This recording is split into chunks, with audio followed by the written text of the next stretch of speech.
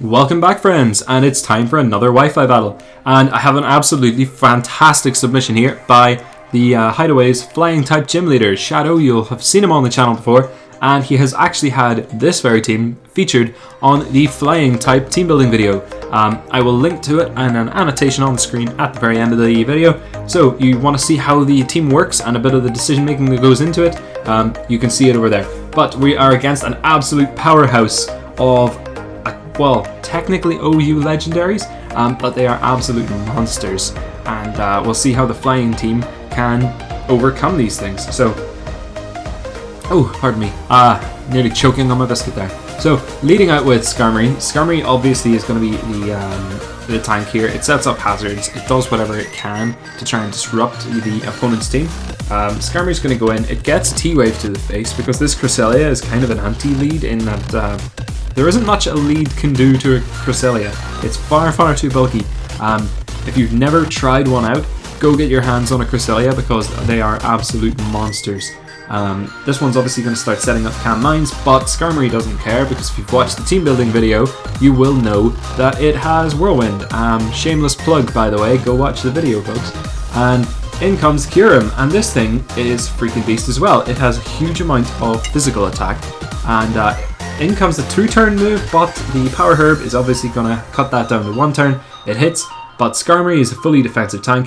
It doesn't care about the ice type moves, it's there to cover against the ice. So out goes Kyurem. And remember that Stealth Rocks are up on the opponent's side of the field, so he's going to take a little bit of chip damage there. Skarmory is doing great so far. He's going to swap it out though, because obviously a Thunderbolt is going to come here. So straight into the Volt Absorb Thunderous, but our opponent may have predicted that actually, and decided to go for the Hydro Pump instead. It's still not very effective against Thunderous though, so it doesn't really care because it's got an Assault Vest, it's got all that special defense investment, and it's generally not all that frail. But in goes the Grass Knot, and the problem with Grass Knot, as your only grass type coverage, is that it doesn't do as much damage to light type Pokemon. It's actually the opposite of, I think, Low Kick, in that no, it's the same as Low Kick. The heavier you are, the more damage you take from Grass Knot. But Rodon is so small and so light that it basically takes no damage at all, so it's very difficult to take it down with just Grass Knot. But he decides, screw this, out goes the Landorus, because now we have a Salamence on the field, and this thing, did I say Landorus? Thunderous, into Salamence, and Salamence obviously resists Hydro Pump, so it's not going to do anything. The Hydro Pump does miss anyway, so he does get the free swap in, and here we go, that is +1 on a Moxie Salamence with a Choice Scarf, and that's going to be a huge amount of physical damage, but we'll see what it can do to a Cresselia. So it's going to take a little bit of chip damage. That obviously helps out because Cresselia has so much HP, but look at that. That's a +1 physical Salamence with a Moxie boost behind it and a stab Dragon Claw. And it still does basically no damage to the freaking Cresselia. That should give you an idea of just how bulky that thing is. And in with a Moonlight here. And Moonlight is going to do something interesting. Apart from obviously just allowing this Cresselia to stall, which isn't very interesting at all. Charizard Y is going to set up the Sun, and Moonlight works exactly the same as Synthesis. So when you've set the Sun up, Moonlight actually ends up boosting the recovery to, I believe, 60%, maybe it's 66%, so it's 2/3, but it's more than half, as you can see there. It's like Synthesis, so it ends up getting boosted. So Charizard Y here, although it's here to set up for the Ho-Oh, actually ends up synchronizing very well with the Cresselia, and actually helping this thing be able to stall out even more than it's already able to do. And decides enough is enough, into the Ho-Oh. This thing is obviously able to do a huge amount of physical damage, and it has a great base HP and special defense stat. So Cresselia setting up cam mines in front of it doesn't really threaten the Ho-Oh too much, because it doesn't care about Psychic, it doesn't really care about a Moonblast if it ends up taking one of those, and it does care about the Paralysis though. So this thing has paralyzed 3 of Shadow's Pokemon so far, and it's walling them out, it's setting up with cam mine, it's being an absolute dick essentially, and Cresselia is going to survive even a second freaking Sacred Fire. It doesn't care because it's able to outspeed, and it keeps going for Moonlight. And at this point, what do you do to wall break this thing? Is it even possible? Are we going to get a 6-0 Cresselia reverse sweep from a tank. I don't know what you do other than phase moves to try and get rid of the Cresselia, but we do crucially get a little burn here. Sacred Fire does have a nice burn chance, so it was bound to happen sooner or later. And obviously if you are trying to run stall Pokemon, you are vulnerable to having status ailments yourself, because your opponent has so many turns to try and apply them to you. There's another Moonlight, there's some more burn damage, so at least the burn is going to cut it out so that the opponent is losing more health than they're able to gain back every turn.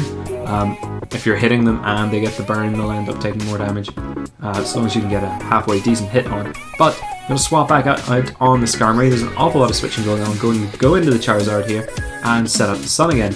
And I actually disagree with that play, but I mean, when Charizard Y is your main offensive pressure, then obviously there's not much you can do about the fact that your Sun is going to end up boosting the thing. But back out and into Ho-Oh again. So there's the synergy. It sets up the Sun, and that's going into a physical Sacred Fire. It's going to hit this Cresselia on its weaker physical side, and hopefully be able to finally wall break this thing. And what can it do? Well, there's the Calm Mind, and of course remember that this Ho-Oh doesn't actually have a roost of its own. So Shadow is going to swap it in and out as often as possible throughout the battle to make use of that regenerator. It's going to get back a third of its HP every time he does. But as for that, it's an Assault Vest with 4 attacks. So really, he wants it just to be able to punch holes in the opponent's team. But this freaking Cresselia, man, is taking the piss. It's walling everything here, and like, well, what do you even do to get through this thing? I think Shadow might be including Yveltal in his team next time, so that he has a flying Dark type. I know he's incorporated it on a different battle that I will be uploading at some point in the future, but for now at least there are no great Dark type attacking options. I think maybe the Salamence has Crunch, but it did lock itself into Dragon Claw the last time we saw it, so it's not really an option. There's a great crit actually, and thank goodness for the crit, because the crit really mattered there. That ends up dropping the Cresselia. It goes down. Now we're into Volcanion, and I have not seen much of this. I've never actually had to battle against the thing myself yet, so I don't have much of a sense of how fast it is, but clearly this thing hits hard. It's obviously going to outspeed because Ho-Oh is slowed down with that Thunder Wave. It's going to swap back out again, so it's going to be able to recover back up. And now we go back into the Salamence. This thing obviously is going to resist that water type attack because it's a dragon, but even then, even resisting it, it's still a 2-hit KO. Steam Eruption hits, that's twice, that's the Purloin Salamence gone. And Shadow's really starting to run out of options here because there's still plenty of Pokemon on our opponent's team. Skarmory is going to obviously drop to another Steam Eruption, but there wasn't really too many options for the Skarmory, and I think he's just trying to waste turns here, get rid of it, and maybe just try and think of what his options are going to be. In comes the Ho-Oh again, because now he gets the opportunity to swap it out once more and swap in. Crucially, what he's trying to do is build up HP on the Ho-Oh, because he knows he needs that as his offensive attacking option in order to win. So in comes the Landorus. That's going to drop this thing's attack, but I have a suspicion that it's a full special attacker and probably doesn't care about that. But it is enough to swap it out, possibly scare it off of being rock slide flinched or eating a stab earthquake or something.